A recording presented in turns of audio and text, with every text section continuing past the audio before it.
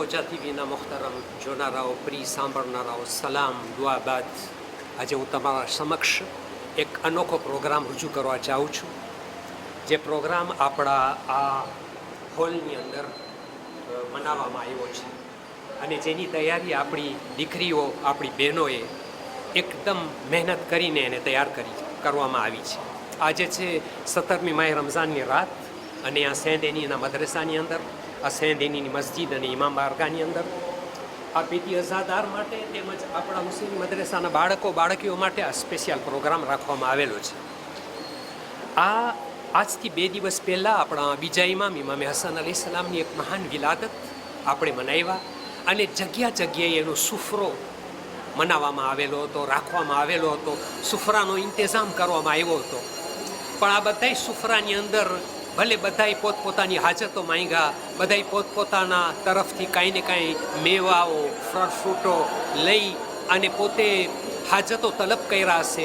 આપણી દુઆ છે ખુદાવંદે કરીમ બેહક્કે માસુમીન અલૈહિસ્સલાતુ વસ્સલામના સદકા અને વસીલાથી બેહક્કે ઇમામે હસન અલૈહિ સલામ એ લોકોની દુઆને ખુદા મુસ્તજાબ કરે. પણ આ લોકો જે આજે પ્રોગ્રામ મનાવી રહ્યા છે અને તમે જોઈ રહ્યા છો, આ એક વસ્તુ તમે જોવ એની અંદર વધારે પડતું તમને ફળ ફ્રૂટ અને ભાજી મળશે. એમ લેખો કે કાંઈ લેગ્યુમ અથવા ફળ ફ્રૂટ તમે જોઈ શકો છો. એ લોકોએ સ્પેશિયલ પ્રોગ્રામ રાખ્યો છે, આખો બાઝ ફળ ફ્રૂટ ઉપર રાખ્યો છે. શા માટે? એટલા માટે કે એ લોકો સમજાવવા માંગે છે કે દસ્તરખાન બી મનાવો અને સાથોસાથ કુરાને મજીદની અંદર જે દોરવણી આપવામાં આવી છે ફળ ફ્રૂટની અને લેગ્યુમની, એની ઉપર એ લોકો આખો આ દસ્તરખાનનો બાઝ રાખ્યા છે. અને જો ખુદાની દોરવણી હોય, ખુદા તરફથી આપણને ઇન્ડિકેશન મળે કે આપણે એવી વાનગીઓ નોશ ફરમાવે, એવું ખાવાનું ખાય કે જે ખાવાનું લેગ્યુમવાળું હોય, કે જે ખાવાનું ફળ ફ્રૂટવાળું હોય, તો એ આપણી સેહત, આપણી તંદુરસ્તી માટે બહેતરીન ગીઝા છે.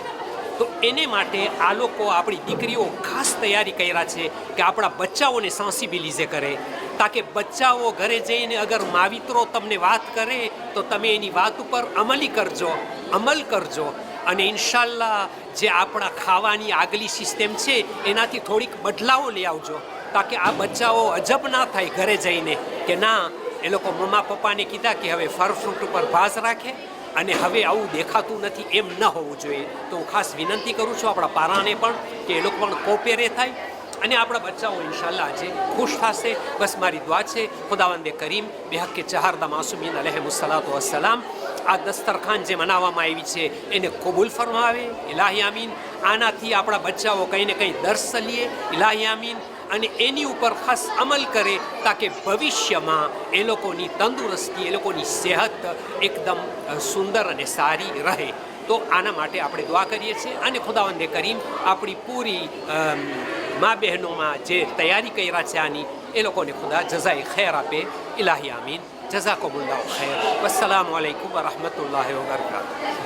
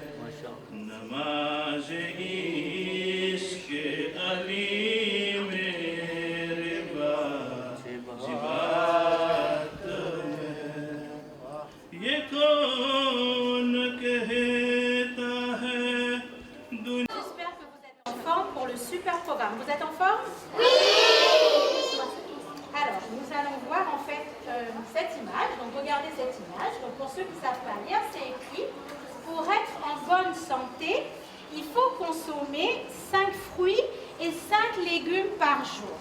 Donc je suis sûre que chacun d'entre vous a déjà vu au moins une fois et même plus une affiche qui ressemble à ça. Soit à l'école, soit au médecin, soit même à la télé. Parce que ces affiches à la télé, ça défile. Est-ce que vous avez déjà vu ou pas? Non. Il y en a qui ont déjà vu. En fait, pourquoi la santé recommande en fait de manger 5 fruits et 5 légumes par jour? Parce que c'est très bon pour notre corps et que les fruits et les légumes apportent par exemple entre autres des vitamines, du potassium. Donc avant de rentrer dans le vif du sujet, on va essayer d'expliquer un peu avec des mots simples ce que c'est. Donc les fruits apportent par exemple des fibres. Donc qu'est-ce que c'est que les fibres? Les fibres en fait aident au transit, c'est-à-dire à tout ce qui est au niveau de la digestion. Ensuite, les fruits et les légumes apportent du calcium. Et oui, parfois quand on parle du calcium, on pense plus aux produits laitiers, aux yaourts, au lait. Eh bien, figurez-vous que le calcium se trouve aussi dans les fruits et dans les légumes. Et le calcium, ça sert en fait à solidifier les os, avoir des os plus solides. Ensuite, ils apportent du potassium. Donc le potassium, en fait, aide au système nerveux et il aide aussi à régulariser le sang dans le corps.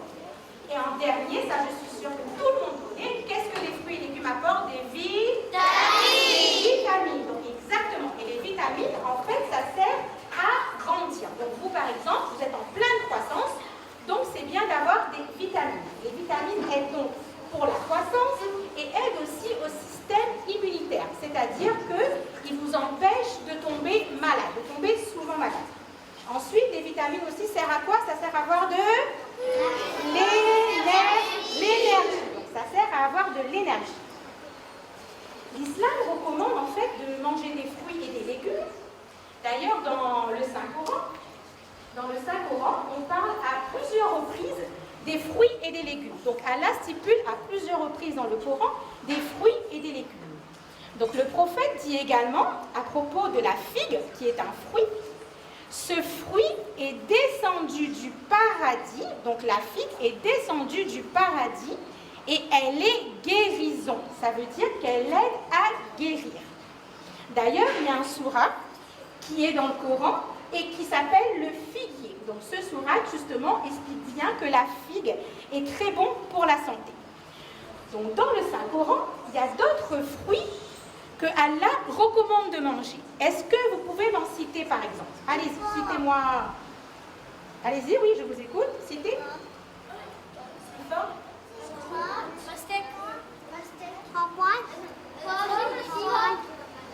Alors, les dates, oui, très bien, les dates.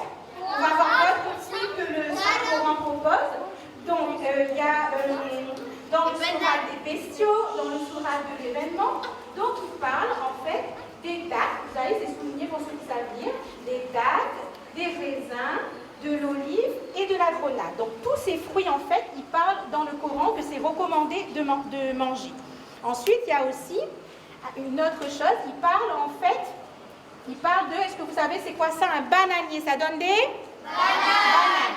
Et ça, en fait, c'est un jujubier. Donc, ça donne des jujubes. Et vous savez où on a un pied de jujube ici?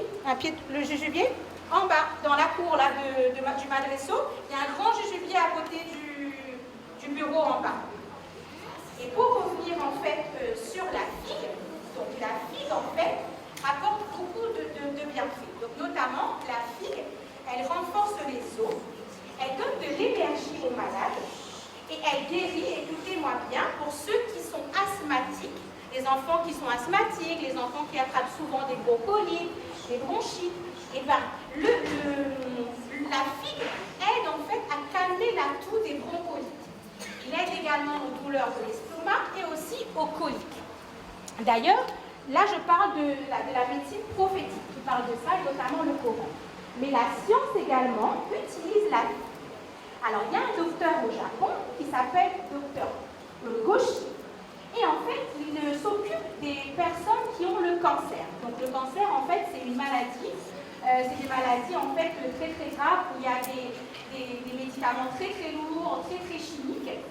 Et en fait, ce docteur, il a fait une expérience. Il a pris un groupe de personnes qui soignaient, qui avaient le cancer, et un autre groupe également qui avait le cancer. Donc au premier groupe, il donna chaque matin une poignée de fibres. Donc tous les matins, ces patients mangeaient une poignée de fibres à jeun, et l'autre groupe n'en mangeait pas. Et il s'est rendu compte en fait que le groupe qui mangeait les fibres tous les matins, eh bien, les symptômes du cancer étaient ralentis. C'est-à-dire que la maladie se propageait beaucoup moins dans leur corps que le groupe qui n'avait pas mangé des fibres. Donc c'est extraordinaire ou pas? Oui. C'est extraordinaire. Okay. Alors ensuite, on parle également dans le Coran de l'olive. Le prophète dit en fait à propos de l'olive que l'olive vient d'un arbre béni.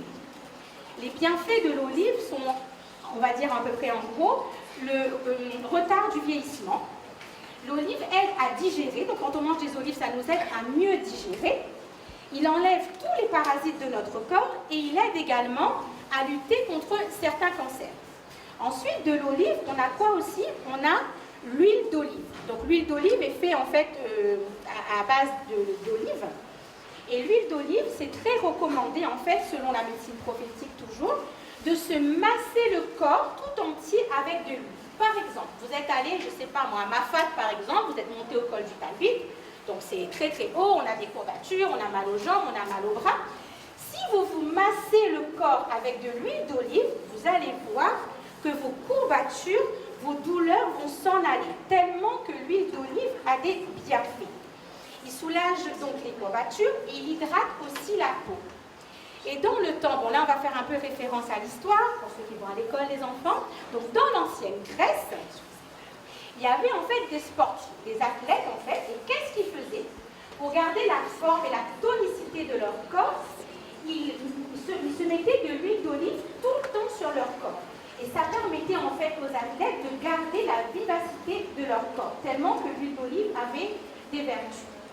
Il y a aussi le peuple de la Méditerranée, en fait, qui appelait l'huile d'olive, c'est-à-dire l'huile d'olive, ils ont donné le surnom de l'or liquide. Quand vous pensez à or, vous pensez quoi? Aux bijoux en or, à des choses en or qui sont comment l'or? C'est fabuleux, vous trouvez que c'est waouh l'or, c'est ça? Donc, pour eux, l'huile d'olive était considérée comme de l'or parce que, en fait, quand ils étaient malades, au lieu d'utiliser plein de médicaments, qui allaient en fait engendrer autre chose, eh ben, ils utilisaient de l'huile d'olive. Et c'est pour ça qu'ils appelaient l'huile d'olive de l'or. Parce que pour eux, c'était le meilleur remède. Maintenant, comme on a vu au début, on disait que l'islam recommandait de manger des fruits. Et en fait, nous, par exemple, quand on va manger des fruits, on va faire quoi? On va manger notre repas et on va prendre des fruits en dessert. Eh bien, l'islam recommande de manger les fruits avant le repas. Ça, c'est l'islam qui dit. Et maintenant, depuis quelques années, on voit que les scientifiques, ils ont fait des recherches, ils ont fait des tests, et ils se rendent compte aussi depuis quelques années, les diététiciens, les nutritionnistes, les médecins, ils disent qu'il faut manger les fruits avant le repas. Donc, qu'est-ce qui se passe? Ils rejoignent la médecine prophétique. On va voir pourquoi. Pourquoi il faut manger les fruits avant le repas? Parce qu'en fait, quand on mange un fruit, le fruit n'est pas digéré par l'estomac. Le fruit, il est digéré en fait par l'intestin grêle. Donc quand on va manger un fruit, le fruit, il va passer rapidement dans l'estomac pour aller se digérer dans l'intestin grêle où il relâchera les sucres. Tandis que la nourriture qu'on mange, elle est digérée dans l'estomac. Donc je donne un exemple concret. Alors là, c'est par exemple, c'est le mois de Ramadan. Qu'est-ce qu'on a mangé ce soir? On a mangé du koubo, on a mangé du sac, on a mangé du pain. Donc on mange tout ça, et quand on mange tout ça, donc voilà, on a tout mangé, donc l'estomac est en train de commencer à la digestion, et moi qu'est-ce que je fais? J'ai envie de manger des raisins. Donc je mange des raisins. Mais qu'est-ce qui va se passer? Il va se passer quoi? J'aurai mangé tout ça, tout ça, tout ça, et par-dessus, donc tout ça est dans mon estomac, et par-dessus je vais manger des raisins ou une pomme. Donc la pomme, elle va rester coincée. C'est-à-dire qu'elle va rester coincée au niveau d'en haut. Donc là, par exemple, c'est quand on mange les fruits à jeun. Et là, en fait, il y aura tout ça. Et les fruits vont rester coincés là, tout en haut. Pourquoi? Parce que tout ce qu'on a mangé avant est dans l'estomac qui est en train de digérer. Et comme j'avais dit que les fruits ne digéraient pas dans l'estomac, donc du coup, ils restent coincés. Et quand ils restent coincés, il se passe quoi? Il se passe qu'on a mal au ventre, on se sent lourd, on a envie de dormir, on a un petit peu la nausée, ou des fois on trouve qu'on a envie d'aller aux toilettes. Enfin voilà, on se sent pas bien en général. Et pourquoi justement on se sent pas bien? Parce qu'il y a tous ces fruits qui restent bloqués. Et eux, les pauvres, ils veulent descendre, mais ils peuvent rien, ils peuvent pas descendre. Donc ils fermentent, et ça donne tout ça. C'est pour ça que parfois les gens disent quoi? Ils disent: ah, moi je ne mange pas de fruits. Quand je mange des fruits, j'ai mal au ventre, je me sens pas bien, et patati et patata. Ben oui, mais c'est pas les fruits qui leur font qu'ils ont toutes ces douleurs. C'est parce qu'ils ont fait quoi? Ils ont mangé le fruit quand? Au mauvais moment. Donc il faut manger le fruit quand? Avant le repas, pour éviter en fait tous ces désagréments. Quand je parle des fruits, il y a aussi les jus de fruits frais. Ça aussi, il faut faire attention. Ça ballonne beaucoup moins que les fruits dans les morceaux de fruits, mais ça ballonne aussi. Donc, si vous avez envie de boire un jus de carotte, par exemple, ou un jus de pomme, ou je ne sais trop quoi frais, eh bien, il faut le prendre avant le repas pour éviter tous ces désagréments.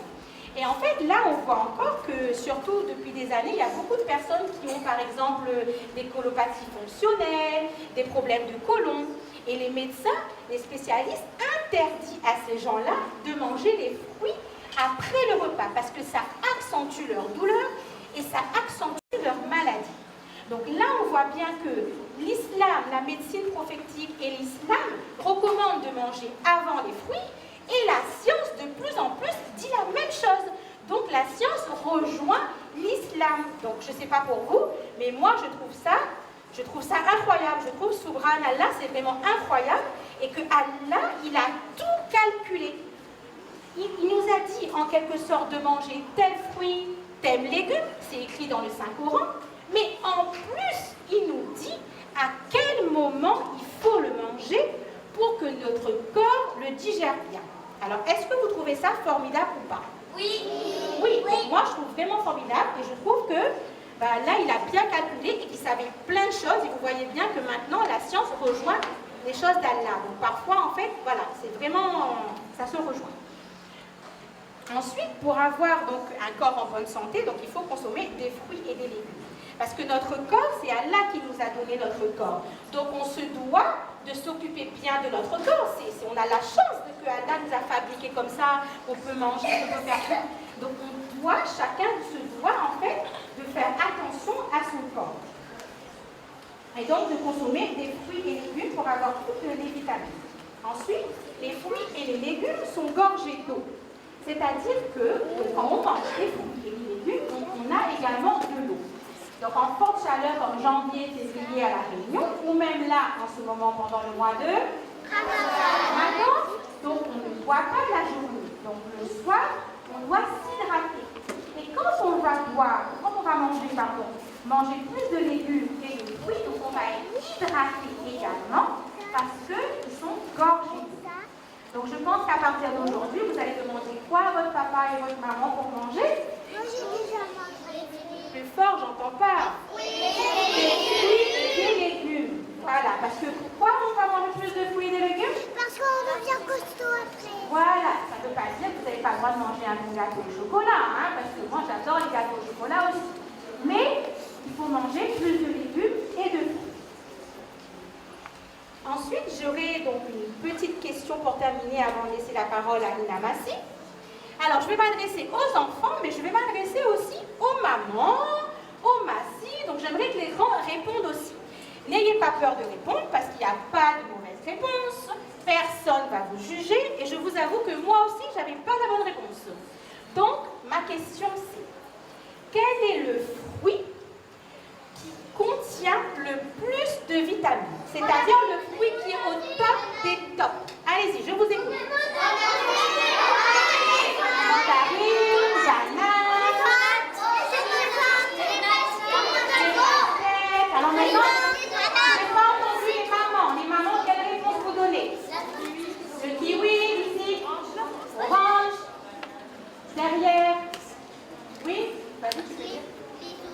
les autres.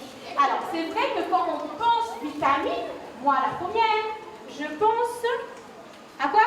À l'orange, au pamplemousse. Eh ben non, le fruit qui contient le plus de vitamines, c'est le cassis. C'est le cassis. Alors, à La Réunion, c'est un peu difficile à trouver le cassis. On trouve parfois frais. Par contre, on trouve du cassis congelé. Ça, il y en a partout.